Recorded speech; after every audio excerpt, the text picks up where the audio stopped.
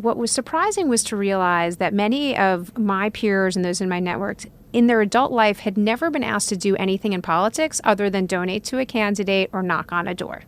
They'd not been asked to use their mind. They'd not been asked to use their strategic skills, their skills in innovation or as an entrepreneur. So we started with the premise that there was actually, strangely, almost no competition for getting people genuinely deeply involved in strategically looking at what was going on in our politics and devising solutions. That's Daniella Ballou-Aares, the founder and CEO of the Leadership Now project. I'm your host, Patrick McGinnis, and this is FOMO Sapiens, part of the HBR Presents network. My name is Patrick McGinnis, and I'm the guy who invented the term FOMO. That's short for fear of missing out. Today, FOMO is an epidemic, and it's changing us so much that it sort of feels like we're evolving into a new species. But FOMO doesn't have to take over your life. You can find the power to choose what you actually want and the courage to miss out on the rest. I'll show you how right here on FOMO Sapiens. FOMO. FOMO. Welcome to FOMO Sapiens, the show where I interview people who are changing the world and ask them how they choose from among the many opportunities and options in their busy lives. I recently came across a quote that I thought was quite relevant for the current state of the world. It says, "One of the penalties for refusing to participate in politics is that you end up being governed by your inferiors." If you're frustrated by the state of politics in your country, you may very well relate with that sentiment. But here's the thing. Those are the words of Plato, written way back in 380 BC. The point here is that the need for ordinary citizens to step up and make the system work better is just as fresh today as it was over 2,000 years ago. My guest today is doing exactly that. Daniella Ballou-Aares is the founder and CEO of the Leadership Now project, an organization of business professionals committed to renewing American democracy. She has also been a founder and partner at Dahlberg and served as a senior advisor for the Department of State, where she focused on modernizing the U.S. government's approach to frontier markets by boosting private capital and infrastructure investments. Daniella holds an MBA from Harvard Business School, an MPA from Harvard's Kennedy School of Government, and a BS in Operations, Research, and Industrial Engineering from Cornell University. And full disclosure, I'm a member of Leadership Now, and I wanted to have Daniella on the show because I believe that all of us must work together, regardless of ideology, to innovate in government in the same way that we innovate in the private sector. So this is going to be a nonpartisan discussion about how to reform and improve the institutions of government. I hope you enjoy it. Daniella Ballou-Aares, welcome to FOMO Sapiens. Pleasure to be here, Patrick. All right, so I like to start the show with the same question every time. And my question for you is, everybody feels a little FOMO sometimes. So what turns you into a FOMO sapiens? You know, Patrick, I can't help but feel FOMO about not being fully up to date on the best of data analytics out there. I know that sounds incredibly nerdy. It got nerdy really quick.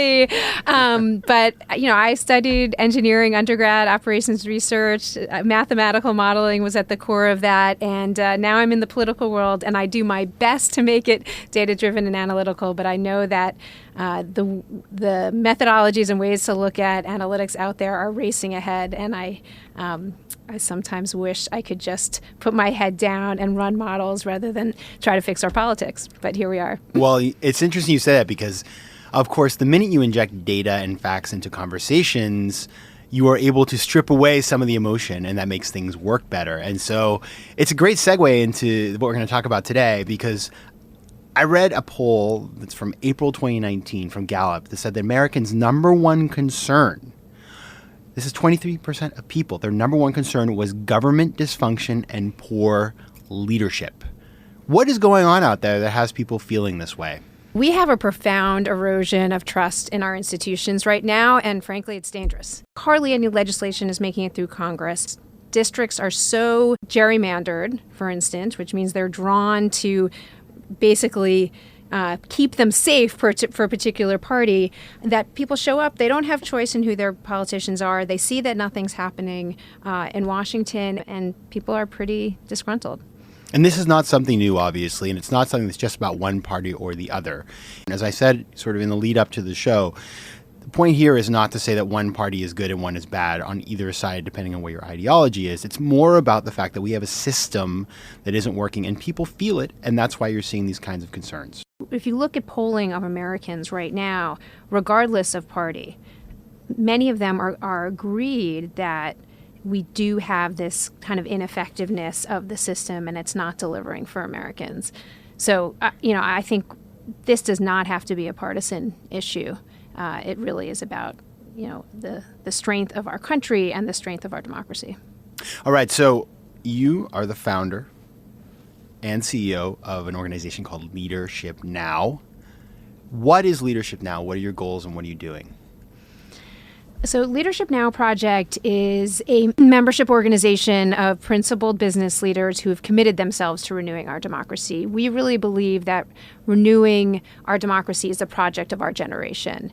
And we built an organization that both enables our members to get smart, engage more effectively in politics, and also deploy resources in the most effective way to addressing some of the most underlying challenges to our democracy. So almost like a venture philanthropy side to what we're doing that's grounded in really in-depth data analytics about the state of our country and the state of our politics and the money that's flowing into it right now.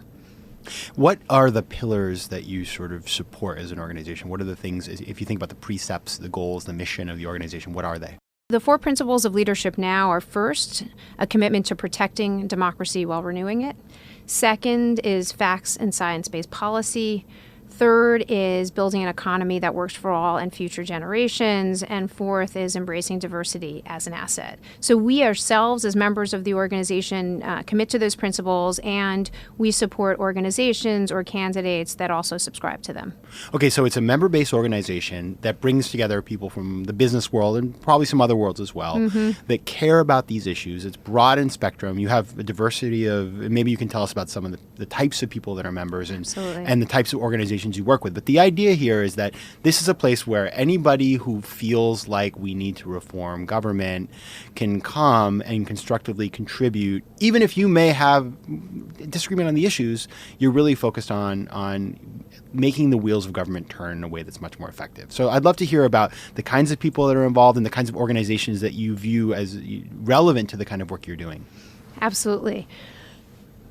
We started a couple of years ago, and what we found early on, and it was myself and 10 other women business school classmates of mine who in early 2017 said, we see our political system isn't working. We want to do things differently. The old way of politics clearly isn't solving it. And what we did at that early days was really to understand what were people most concerned about in our politics right now, and what did they want to do with their time and resources to fix it, because politics was not engaging them effectively.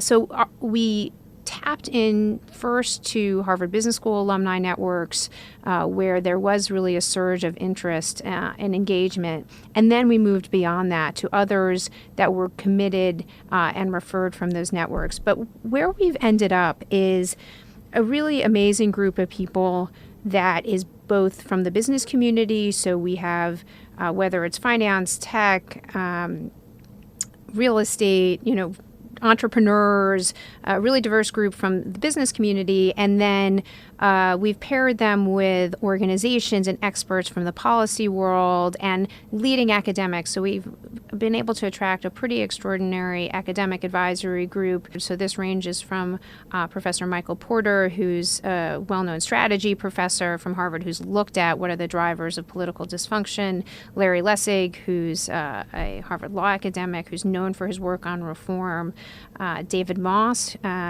who's been someone we've really looked to understand the fundamental needs of a healthy democracy. So we benefited from all of those inputs and really use that membership as our fuel. We're not just an organization that's seeking to raise some money from a group of people and then go off and do something with it. The membership is the fuel and the purpose of the organization. And now we have collectively both worked to do things like support organizations working against gerrymandering in Pennsylvania, to identify candidates who are running for Congress who adhere to our principles and are committed to fixing issues like money in politics and lack of competition in the system.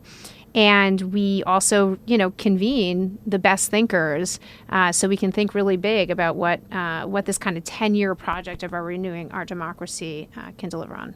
You started your career in management consulting, strategy consulting, Bain, then you worked at Dahlberg. These are all places where part of what you do is you map out markets and figure out where the opportunities are in those markets for competition. I'm curious, as we're thinking about creating leadership now, and as you evolve the organization and grow it, where is the niche? As you mentioned, there are some organizations that raise a lot of money and then they back certain organizations. There are others that back candidates. I mean, there is plenty of money flying around in the political spectrum, but you're doing something different.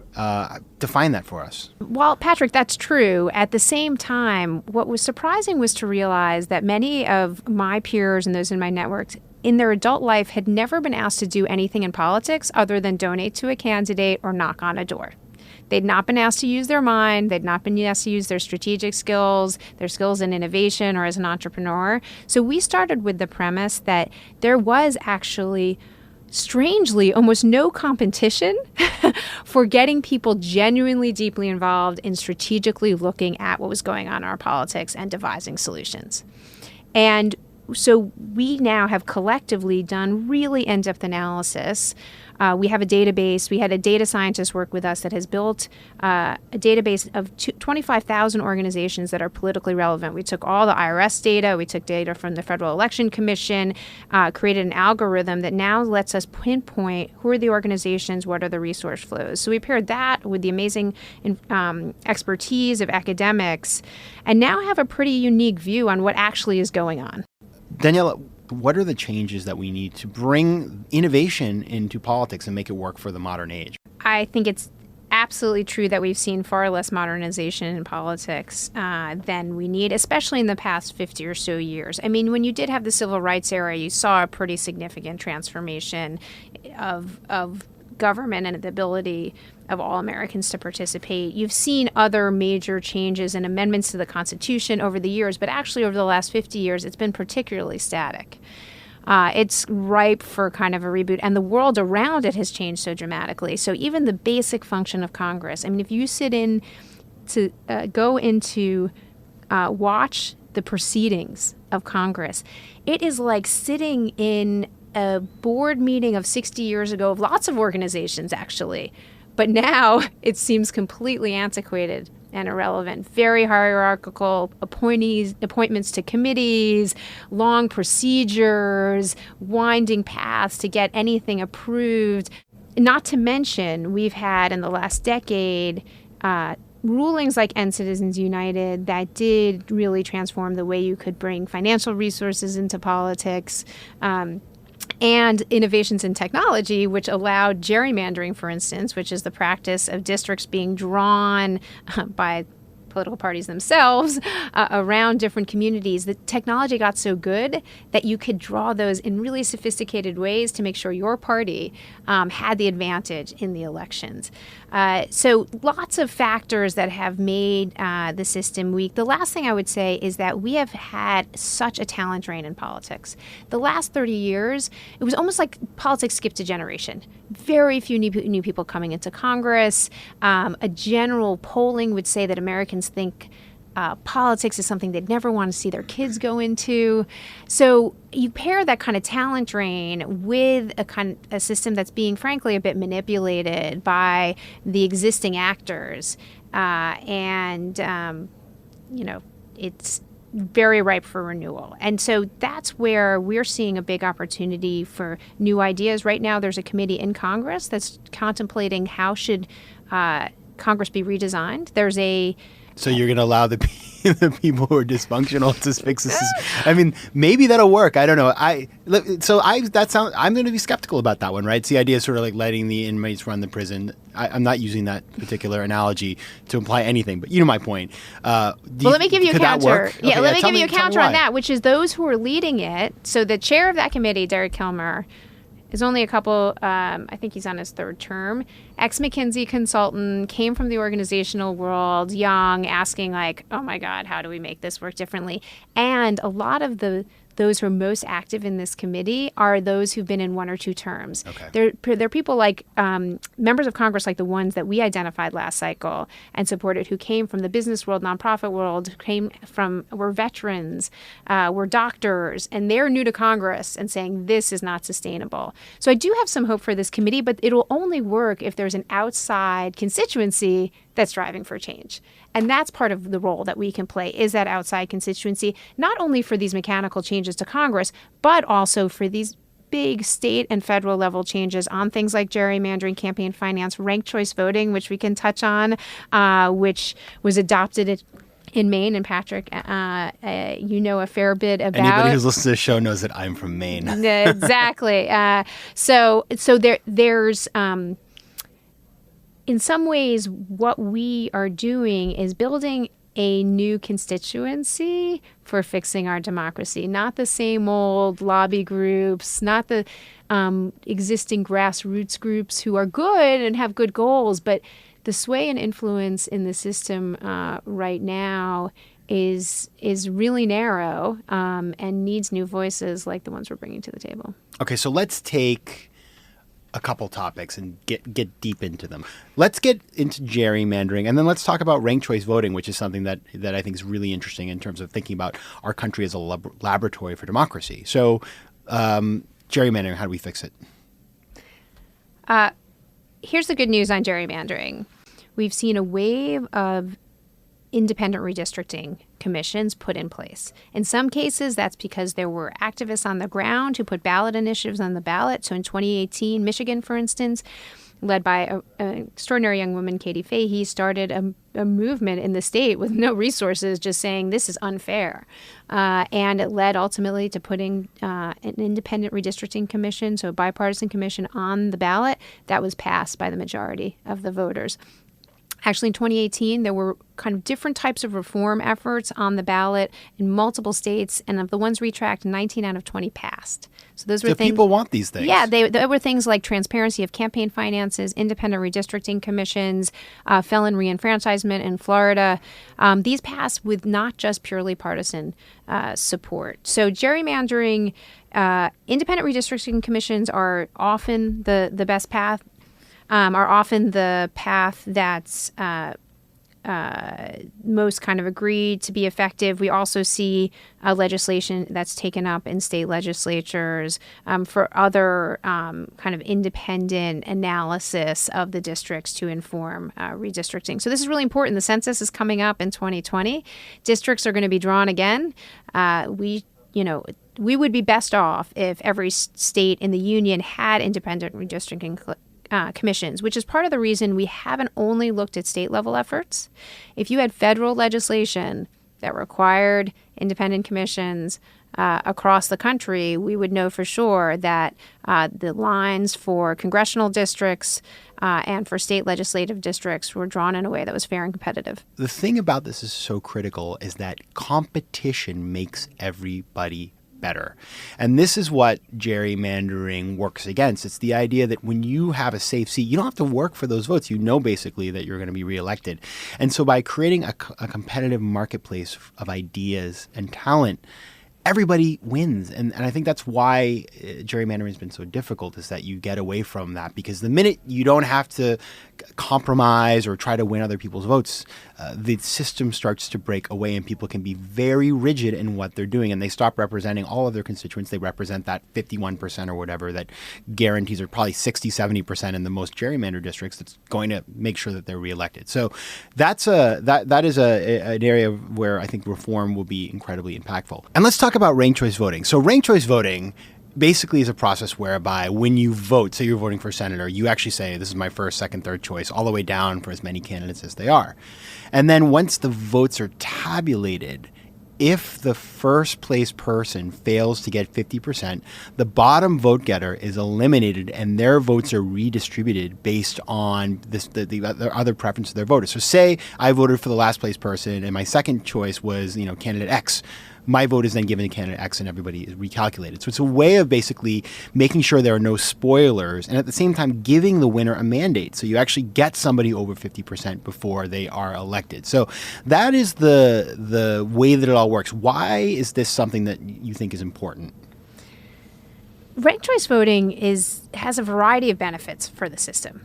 The first thing is it opens things up and allows more competition. If you're someone who's a little bit of a riskier candidate, the voter now doesn't feel concerned that their vote will be wasted in voting for you. The second thing it does that's really interesting is it seems to increase civility in the political space, because if you're not fighting for someone's first choice, you're trying to get to be their second choice. So if you spend your time attacking the other candidate, you're less likely to get a supporter of that candidate to put you as second choice. They might just not rank at all. They'll choose the other one. So the evidence so far seems to suggest that it creates more civility and opens things up for new candidates. And it reduces the need for runoff elections, where you have to send everyone back to the ballot box if you don't reach more than 50% of the vote, which is what happens in some states.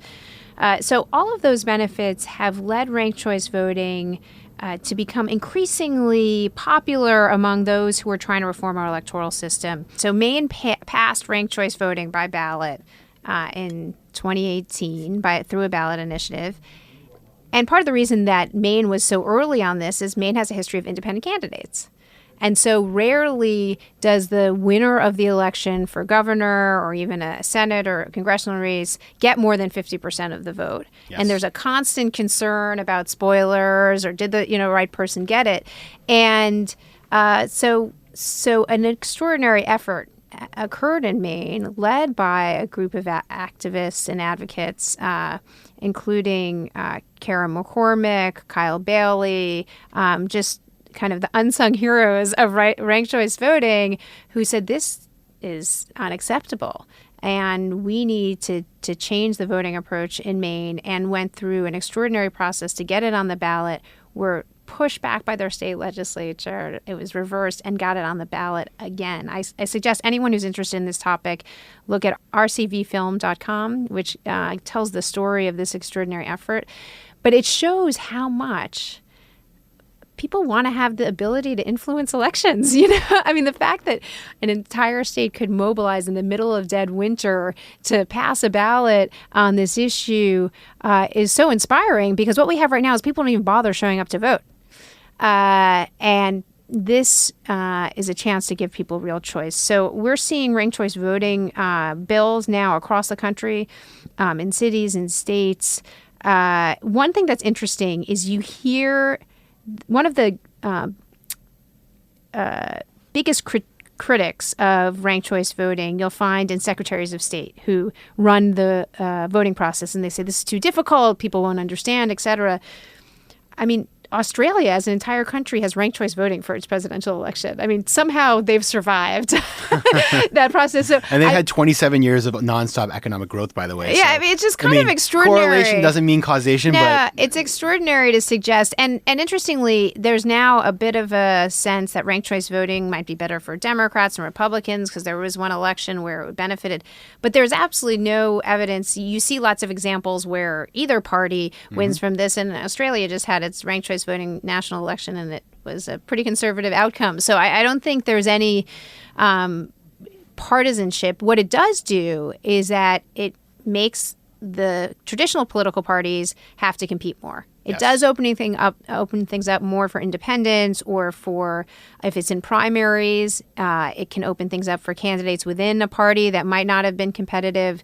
And that, I think, is really exciting and exactly what we need. And actually, on this topic of competition, Catherine Gell and Michael Porter, Michael Porter's Harvard Business School professor who studied competition in industries, for decades and decades and built his strategy framework around studying competition in industries, have now applied that to the political system.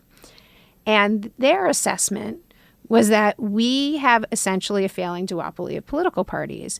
And addressing that requires us to do things like use ranked choice voting, address gerrymandering, address the concentration of money in politics to solve that problem. So that's one of the academic inputs we've really taken into consideration as we've identified where our members should put their time and money. And I will say that the case that they wrote, which you can find online, I couldn't put it down. It's one of the best things that I've read about politics probably ever. And I love that they've taken this very strategic approach to something that sometimes we don't think about that way. But it is a real contribution to the canon and is definitely worth a read. Daniella, why should people in the business world care about all of these topics? Why not just keep your head down, stay out of politics, and just focus on the business that you're running? Patrick, a couple of reasons why the functioning of our government is so important to business and to business people. First is that over the long term, I think all the evidence is that a well-governed country that is effective at educating its population, that builds strong public infrastructure, where its legislature can make decisions that are legitimate with the people, will have a stronger basis for economic growth and social cohesion. That's a long-term game. In the short term, there's a somewhat different reason why I think this is really important for business people to pay attention to. Because business is already an actor in politics. The reality is that many companies already lobby, their corporate PACs support candidates, and the view on politics that often is happening in the business world is relatively narrow. The questions that a company may ask is, does this candidate support a particular legislation I like? And that's risky. I think we will find as more business people become aware of the importance of a government that's effective and that can make decisions, that they'll want their companies to also support candidates that are committed to the basic functioning of our government being strong. All of the issues we've talked today, maximizing voter turnout, having competitive elections, addressing money in politics. So I think awareness of the business community, of how politics works, and really starting to rethink the interaction between business and politics is something that is already happening, and we're going to need more of in the years ahead. Daniella, what does success look like? Like, you come back to FOMO Sapiens in 10 years. What are the metrics you're tracing? How do you know you made it? A couple of things. First, that we see dramatically higher participation in the system. Voter turnout goes up. We see many more candidates and individuals willing to throw their hat in the ring and run for office. We see elections where there is genuine choice between candidates. And we see a restoration of the norms of politics, really respecting the outcomes of the democratic process. Because what we're seeing right now, which is scary, is that all of these things we've been talking about, whether it's gerrymandering, we didn't talk as much about money in politics, but I think that's a really key piece of the picture as well, are essentially manipulations to the system to direct outcomes for particular interests, and that can be interests of the parties or outside groups, et cetera. And until we can change the rules of the game, but we also it has to be kind of unacceptable to play that way. And so that kind of rebuilding of faith in the system, getting leaders into politics that people genuinely trust are representing their interests has to be a part of the picture here. You just can't change the rules of the game. You need principled leaders to be part of changing those rules and actually to sustain it. So that's the other pillar of this, that this isn't a mechanical set of changes alone. It's empowering those who will make changes to the system a first priority and who will exercise principled, grounded leadership as part of it. Daniella, this is the show about finding the power to choose what you actually want in business and life, and I guess politics, and the courage to miss out on the rest. You making decisions all the time. What's your advice about making decisions and then sticking with them? There's a Japanese saying, ikigai, which is about finding your purpose in the world. And it's 4 pillars. What do you bring to the world? What does the world need for you? What do you love doing? And how can you make sure you get paid to do it? Basically, there's some financial basis. And I think right now, the world needs many of us to focus on 2 of those pillars. What does the world need from you? And what can you bring uniquely to solving that? And so I've grounded a lot of my decisions in those pillars. We can't afford people staying on the sidelines who have the skills to solve the problems we have. As we see from your example or from many examples of principal business leaders who've gone into government, if you can bring those skills into a place where there is maybe a lack of strategic thinking or innovation, you can have an outsized impact. So it's a very important way to look at the world. At the same time, obviously, you cannot have it all. And so as you build Leadership Now Project and work on all these things, what are you missing out on? Well, the balance that I'm always striking, I have a 7-year-old and 12-year-old daughters, and as far as I can tell, 7 and 12 are like the perfect ages. They're just amazing in how they're seeing the world and all the things that they're doing. And I would love to replicate myself and be with them at every moment as they kind of learn about the world and explore it and be part of it now in a way that that's not entirely possible, while at the same time building a political network dedicated to change. But all of that said, I feel like both of those experiences of being a parent, of having amazing daughters, and of building this extraordinary group of people committed to political change, and I'm enriched deeply from each of them and the interactions within them. All right, finally, where can listeners find out more about you and about Leadership Now Project? Well, our website, leadershipnowproject.org, both gives an overview of what we prioritize. If you look at the news side, you'll see some of the way we've been publicly talking about these issues. And you can sign up for our newsletter on the website as well and stay up to date kind of every month on what are the issues in politics that really matter when there is a lot of noise. How about Twitter? And on Twitter, @LeadershipNP. Nice. The Twitter is very good. I follow, so everybody should check it out. All right, Daniella Ballou-Aares, thanks for stopping by. Thanks, Patrick. FOMO. And now it's time for the FOMO moment of the show, which is the time when I talk about FOMO and its role in pop culture, or tell you about something that's giving me FOMO.